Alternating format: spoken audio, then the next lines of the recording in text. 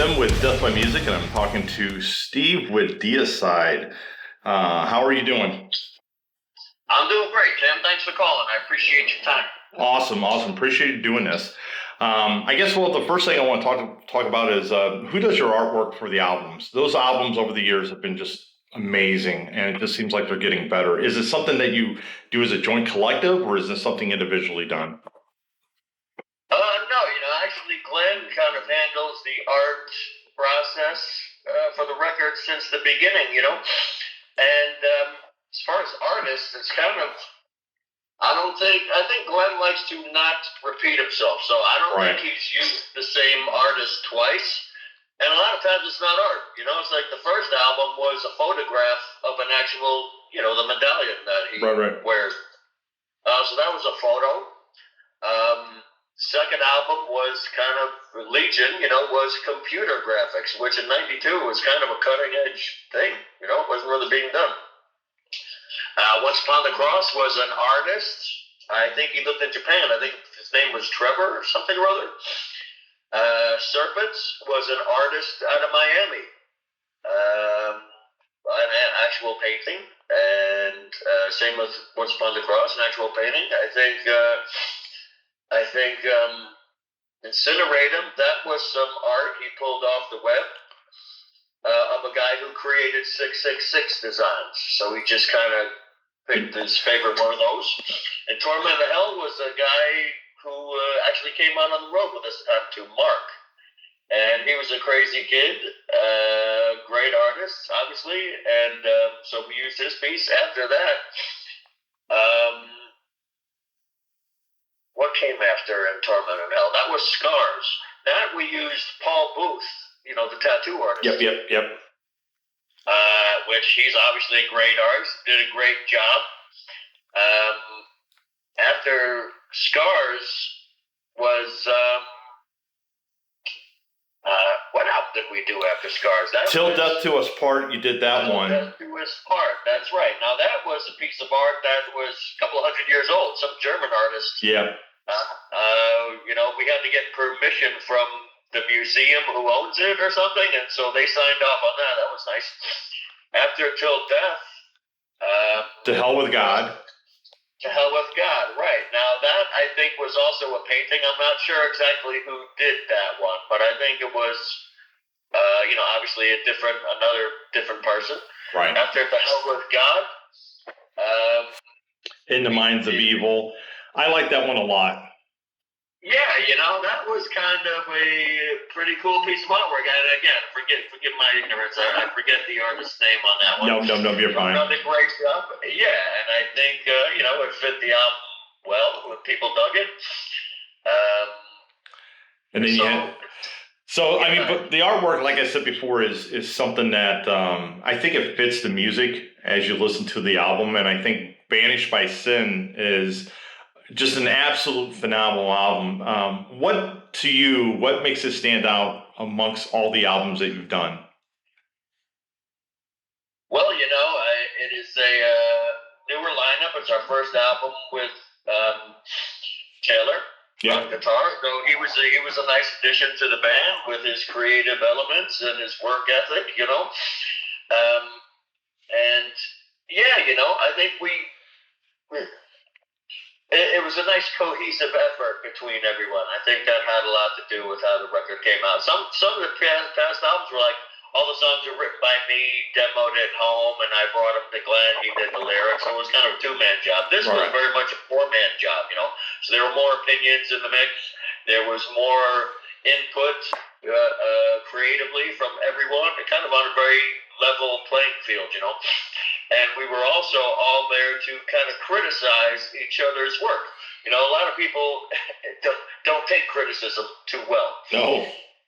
But in this case, we do. You got to have thick skin, and you got to be able to take a little bit of criticism, because in the end, it's going to help everything be better. So I've always taken that approach, and everyone else in the band is comfortable with that also. So when we all got together and were able to collectively work on like everyone else's songs with opinions and improvements, everyone took it to heart, and we worked on everyone's suggestions, and they made everyone's songs better in the end. So I think that might have had a lot to do with it. Just a very cooperative effort on everyone's behalf, a very willingness to work and be flexible and to hear everyone else out and to make the best out of it. And, considering everyone's reactions. Like, when the album was finished, I didn't think it was any better or worse than any of our other records, but once public opinion started it, and everyone thought it was incredible, which I'm certainly glad for that.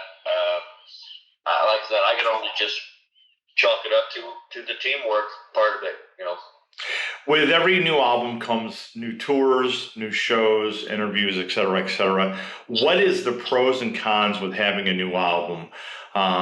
Do you like doing all the interviews? Do you like doing all the tours? Or do you not like some of the stuff that you do or have to do? Do you just want to just go play and just push it as much as you can? What do you like to do? It's all part of the process, so you have to be willing to deal with it all. None of it is really a problem. Like, I don't not like talking to people about it. I like that people are interested and have questions, and I'm certainly able and willing to talk about it. Sometimes you take a lot of heat. Like, some people just get out there and shit on you for any reason. There's some of that, but I get it. People like to be negative and they like to stir up shit. And that's cool. I get it. We're one of the main shit stirrers in the world out there. So I get it. And it's fun. They're having fun. Everyone's having fun. At least it's being talked about. But like I said, some of the... and touring, I don't mind. I don't like airports or flying. Not that I'm afraid of flying. It's just, it's like you get the fucking cattle treatment. Another thing I really don't like about it is, trying to find a good place to take a shit. Because when you're out on the road, it's like you're either shitting in a gas station or an airport or some fucking place that is disgusting. I mean, you would not let your mother or your girlfriend in there to take a shit in these bathrooms. It's fucking horrible. Yeah, for some reason, you go to some club and it's just, there's piss everywhere. I mean, you're floating over this toilet trying not to shit down your own drawers. That's the worst part for me is... shit, it's horrible. I've seen Deicide so many times, but I think one of the places that I've seen you that was just... And to me, it was just a horrible place. But it was called the Warehouse in Tennessee. I don't know if you remember that place. It was kind of like a little tiny club, and it's a humongous warehouse. It was basically like a cigar shop back in the 1800s. And I don't know how it didn't crumble on itself, but the bathrooms were just absolutely horrid. And I even thought about that. I think Jack was your guitarist at the time. And I even asked him about that, and he just rolled his eyes. He goes, you don't know. You haven't seen nothing, dude. And so... I always wondered that. I was always wondered where. I mean, that's kind of an odd fucking question, but it's like I always wondered, like, because you guys have played big arenas. You guys have played horrible little venues, but it's like I would assume that's one of the perks of being in a band. Like you, I just want a good bathroom. That's all I want. I can get my own food. I can get my own thing. Just give me a good bathroom that I can have some time, some peace, and do my thing. Man, that is absolutely an accurate perception because, like I said, the rubber's got to meet the road somewhere. So it's like when you have one of these shitty places, it's like make sure you take a shit, your day shit before you get to this club, especially if it's shitty, has no backstage and all of this kind of thing. You're shitting outside next to the dumpster out back. Or it's like before the club opens, go hit the ladies' room before there's a bunch of ladies in there. It's fucking horrible. Shit in your hotel room before you leave that morning. I mean, sometimes you get a weird spell of whatever where you got to shit then and now. And yeah. What's worse is when you didn't get the shit that day. You got a rip one, and it's cresting. And it's like, nope, there's no time. Get up on that stage and Have you ever been on? Here we go. That show with that turd poking you in the bottom side of your heart, whatever. This is the best interview ever. Have you ever been on stage and was like, "Hey, I got to go now. I don't give a shit. I got to stop the set. I just got to go now." I never have. It's like kind of once your body commences into playing and kind of, those secondary functions kind of get shut off. And then, when you get done, you got to wait another hour for your body to relax enough to fucking actually have a turd slide out. But man, I'll tell you, we were on stage once and it was with Ralph. I think it was in Detroit. Yeah. Same thing. He's a fucking train wreck of a person sometimes. And, I love him like a brother, and we had a lot of good times. But he was a fucking train wreck sometimes. And so we were out there one time, and he had to take a piss very, very badly. And it's like, we're, the intro tape or whatever. We're about to start. He's holding his guitar, and he's like standing there grabbing his crotch like a little kid who has to piss. And he's like, I gotta pee, dude. I was like, we're about to start, dude. He's like, I can't hold it. I was like, I don't know what to tell you, dude. Go piss outside the back door. And so, I don't know if he tried to do that, but he went and like pissed in the corner, or like he went and pissed behind his amp stack, like up against the back wall. It's like there's piss all over the stage. It's like, this is, if it wasn't, I guess you can get to a point where it's funny, but it's always just kind of pathetic and ridiculous. And what did Glenn say?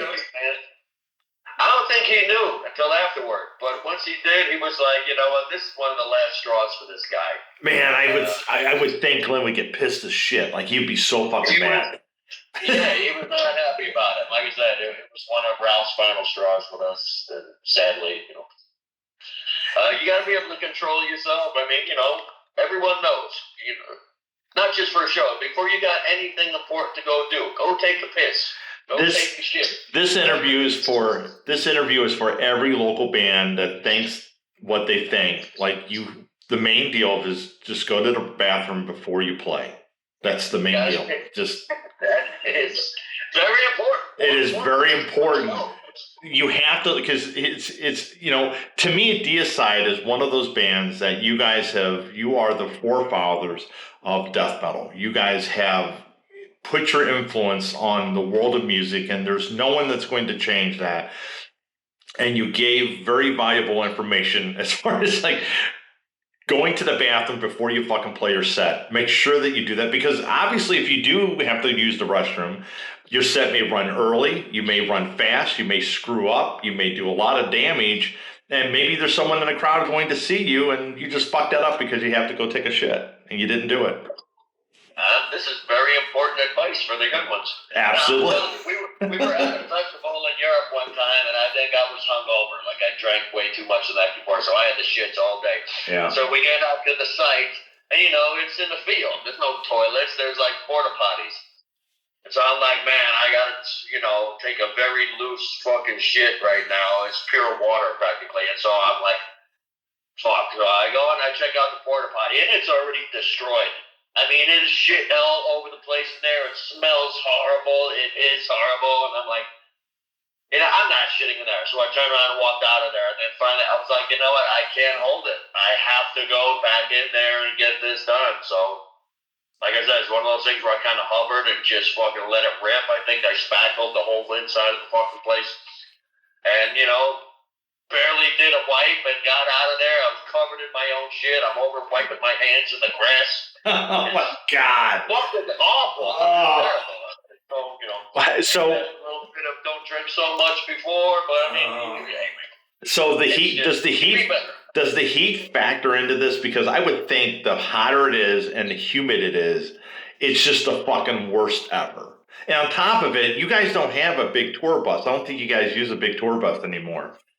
And you can't just run in there and just fucking lay down and be like, just leave me the fuck alone. You're just kind of like trapped. Hey, eventually you will find some place to lay down, under the stage, fucking where. And yeah, even with the tour bus, it's not like, the number one rule that I've always known is you never shit in the tour bus. But sometimes, they do what they say, you bag it. Instead of shitting down the toilet, you just kind of put a garbage bag in the toilet, shit in that, bag it, and then throw it in the dumpster or whatever. It's disgusting.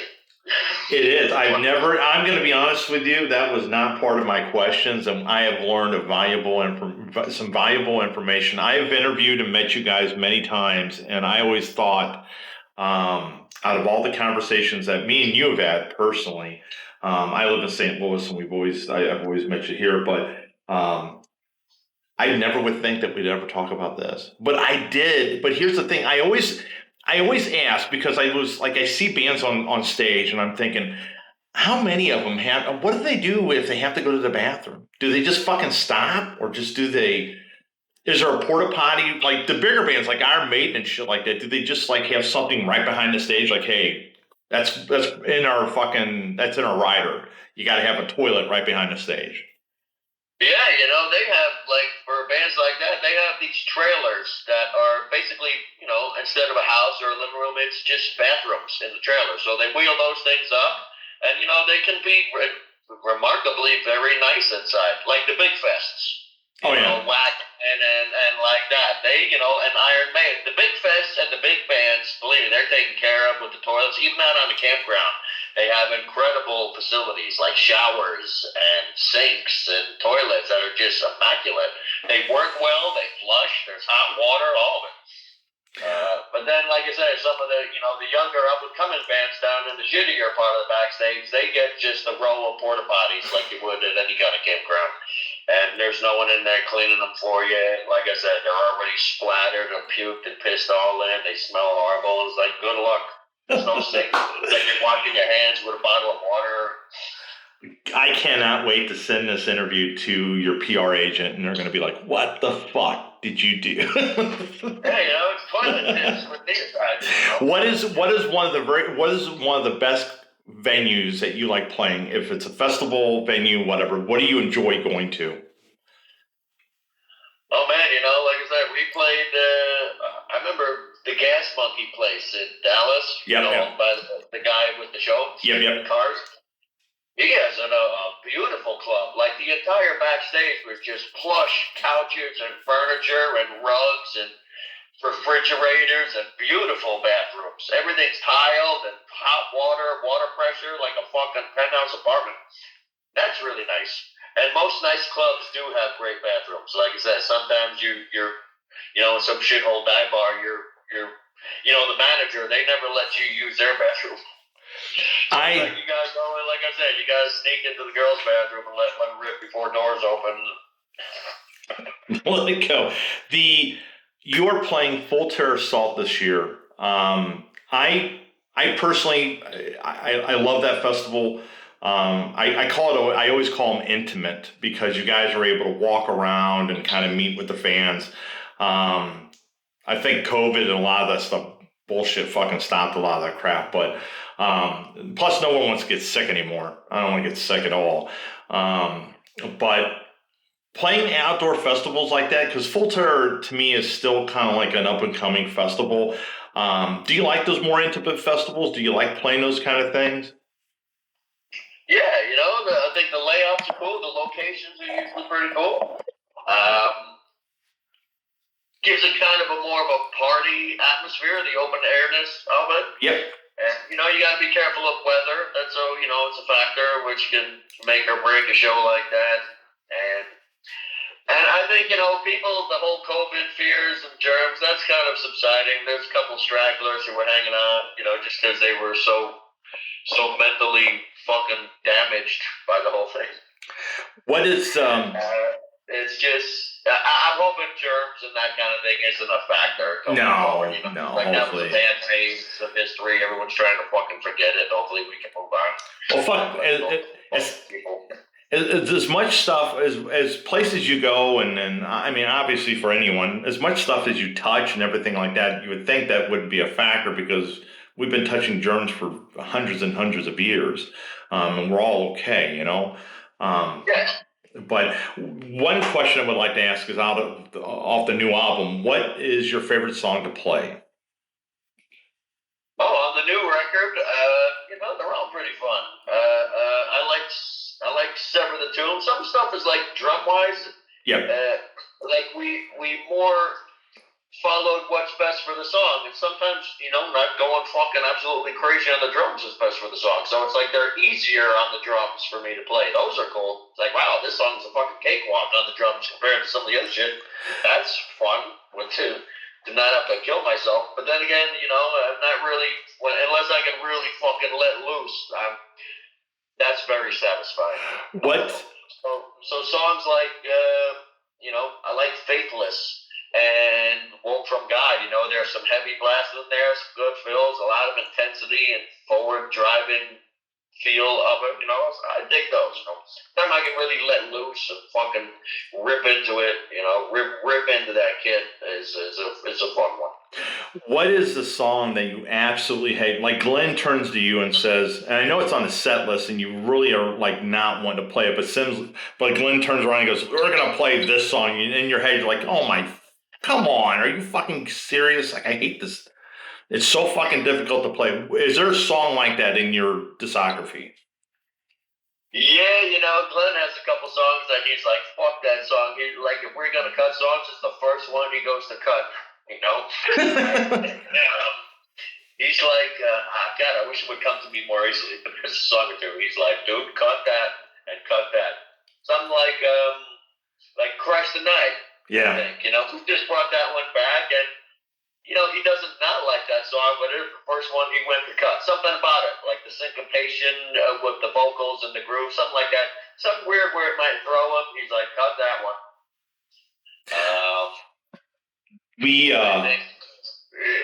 Anyway, he's just funny that way.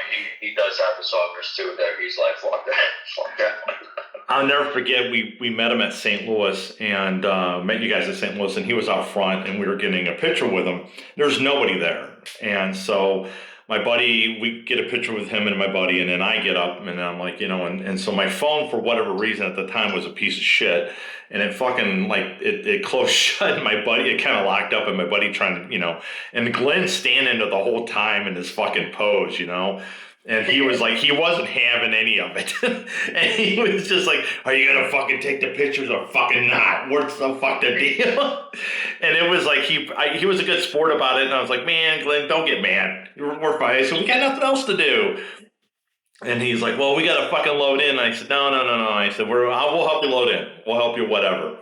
And I'll never forget, I helped you guys load in. Those were the times before COVID or whatever. I miss those times. It was very you would go and wait for the show and you get to meet the band. Nowadays, it's not, I mean, it's kind of like that, but it's not like that anymore.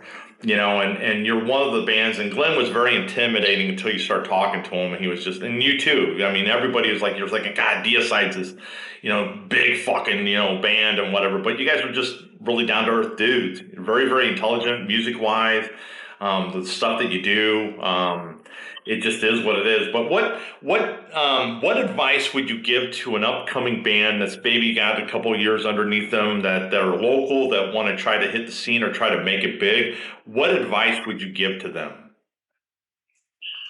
Well, thank you for all the compliments. It's very nice. But yeah, advice for new bands is kind of what we just did: is work on your songwritings, make sure your songs are fucking great, make sure the recording is great so people can hear it all. That's a good start. Because it's going to get everyone's attention. I mean, no matter what, how big or small your band, it's a good song and a good album and a good sounding album is going to go a long way. Yeah. And so, and then, make sure that you can pull it off live, because you want that shit delivered hard, fast, and accurately in a live situation, so people can be like, wow, they sounded just like the fucking album, which could not have been easy to do. So, man, if you can, like I said, and that all just comes down to playing well. If you can play well and under any circumstances, like we were just talking about, if you're sick, you're dying, you're well, it's raining, it's cold, it's hot, you still got to nail it. Whether you're eating or you're hungry or anyway, like I say, all these conditions that affect the human, you got to fight through all of it and nail that performance, because that's what it's all about. That's what the whole day is led up to. Your hour on stage or whatever your time slot is, and you got to deliver the goods to the people and their ears, and visually, all of it, and that's what it's all about. Is making sure it happens and convincingly. I remember that was a good word that Monty Connick used to use. He's like, I'm not convinced. He's like, but with you guys, I'm convinced. So you have to be convincing. You have to convince people that you mean it, that you're for real, and your shit is for real, your songs, your presentation, everything. It's always... And no matter how bad you feel all that day, that make that 1 hour count. I always feel talking and working with local bands, I always feel that they're misguided. They think by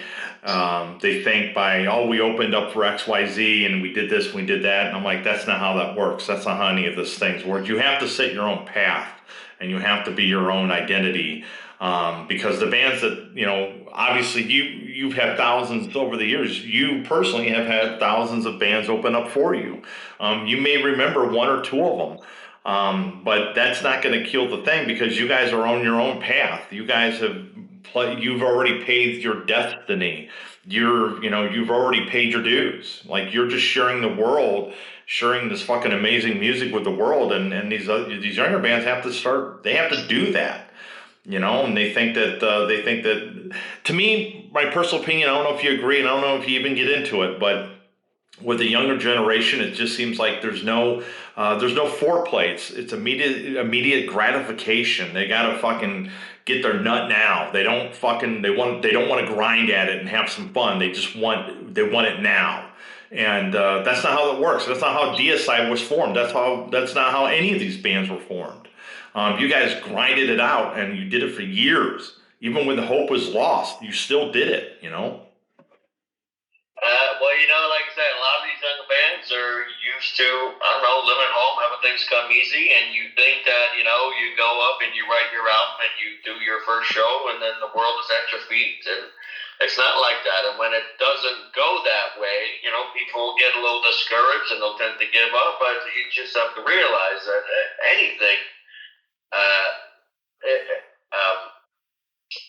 it's a big undertaking, and you got to be willing to put in the work from the ground up, 24/7, through the good and the bad. And usually there's more bad than good, and you just have to be self-aware of the situation that you personally are in, your band is in, your music is creating, and do your best with every situation. Evaluate it and see what's going to make this the best outcome. And usually it's just playing your ass off as best you can. That'll get you through anything. And not fucking up on a personal level too badly. No. You usually come back from that. Like I said, good and bad shit happens. But through longevity, most shit will work itself out. It's like you just have to survive it all and be there for the next gig, the next day, or whatever it is. It's just the survivability. And like I said, mentally, some people can't take the stress and they'll crumble, or physically, they can't take the stress on their bodies and they'll crumble. And like I said, we've all had our moments in this band, obviously. It's just, you get back up and pick yourself up and you fucking move forward. And, like I say, you put your head down and you keep going through it. Absolutely. One last question. What is your go-to food whenever you go to a city? Oh, man, I look for the first Wendy's.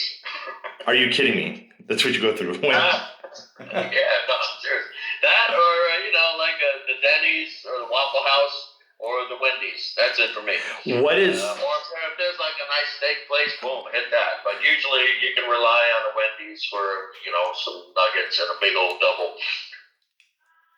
What is the worst food you have ever had on tour? Oh man, I hate it. Everyone tries to whip you up some curry, convince you it's the best thing in the world. Oh my God, is that not disgusting or not? Like, once in a while, sure, but when you're eating curry for a fucking week straight, it's like, this is the worst. Or, I remember one time in France, we had some time off and we were spending it where we could park the bus for free at like some camping tourist area. And there was one little fucking, not even a restaurant, it was more like a cafe. And the best thing they had on there was ham sandwiches. So I mean, little ham, and in Europe, it's like one piece of ham, one piece of cheese.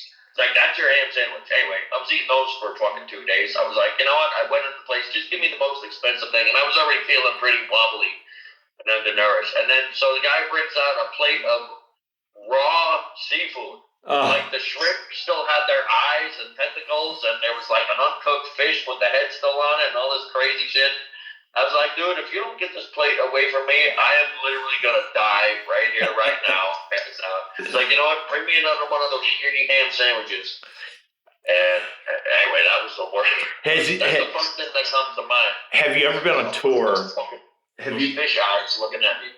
Have you ever been on tour and a random band would like hand you some food item, like, here, I got this, or I made this for you, and like, thanks. Like, I'm not eating any of that. I'm not touching that. You know, sometimes you get to a place and like the promoter's wife is cooking. Yeah. And that's actually kind of nice. She got on the apron, she's making a big breakfast. Like, she just throws a dozen eggs in a pan and a bunch of ham, whips it up, starts going up. That's awesome. Sometimes people show up with like baked goods, like some shit. I made you some cookies. Like, well, hopefully there's a bunch of weed in these. So anyway, and sometimes, like friends of ours, my one buddy is like, dude, I made you a plate of fucking. He's from Pittsburgh. Made you a plate of fucking beer sausage, whatever. Okay, we eat those. Yeah, you know, it's nice when people give you food. You know, hopefully it's not poisoned or tainted or you know what medical say. It's contaminated. Most people generally are really nice, and it's just being hospitable, and I like to try and eat it. It's like home cooking, you know. I had a guy at a festival. He came up to me and my girlfriend, a group we were in, and he goes, "Hey, do you want any rum gummies?" And I'm like, "Rum gummies?" And he goes, "Do you want any?" And I'm like, "I ain't fucking putting anything in my mouth from anything, from a jar or anything." And then some goofball come walking up to me, and he goes, "I'll take some." And he took the whole jar and put it, like gobbled it, gobbled them up, and like he's drinking them, and then licked the fucking top of the damn jar. And I'm like, well, everyone's got gingivitis now. What the fuck is he? And I'm just like, what the fuck? Anything. I've seen some. I'm pretty sure you have too, but I've seen some pretty wild shit at festivals. But with saying that, I'm going to be honest with you. I think Banished by Sin is a phenomenal album. It fits in line with the rest of the work that you guys have done over the years. I'm excited to see it live on stage. Hopefully I can see it live on stage. Hopefully you guys come by St. Louis, where we're stationed at. We're stationed in St. Louis and Las Vegas, and I'm a huge supporter of you guys. I've got many funny stories about you and the band and meeting you guys over the years. It's always a delight to interview you, just to even talk to you, just like shoot. You're one of the most friendliest set of guys I've ever met in my life. And I've learned a whole lot about the music industry, but by talking to you guys. I hope you guys have many, many more years left in you. And Deicide, to me, like I've said before at the very beginning of this thing, is you guys are the forefathers of death metal. You're one key part of the cog that makes this music world, metal music, go around. And sometimes I just don't think you guys get enough appreciation. But this new album absolutely testifies to everything I say, because it is a phenomenal album. Well, bro, I really appreciate that. That's so many nice things you just said. And, like I said, really, the U.S. tour starts in the fall, I think. And hopefully, I'm pretty sure I heard we're hitting Vegas. Hopefully, we roll through St. Louis. I'm sure we will, bro. I'm sure I'll see you again. And, You're playing Full Terror Assault. I know that for a fact. And I would be seeing you in Illinois. That's 3 hours from me. And hopefully I'm going to go down there. And if I do go down there, I'm going to see you guys and talk to you and give Glenn some shit like I did last time he got mad at me. So, so we'll go from there. I'm sure it'll be a blast. Oh, it will be. But thank you for doing the interview, and thank you for giving me the bathroom etiquette. This interview is going to be amazing, and we'll just go from there. But best of luck, best wishes on the road, and can't wait to see you guys live. Wait to see you. We'll burn one or whatever we do. It'll be a good time. All right. Thank you, Steve. Take care, buddy. You too, bud. Thanks. All right, bye.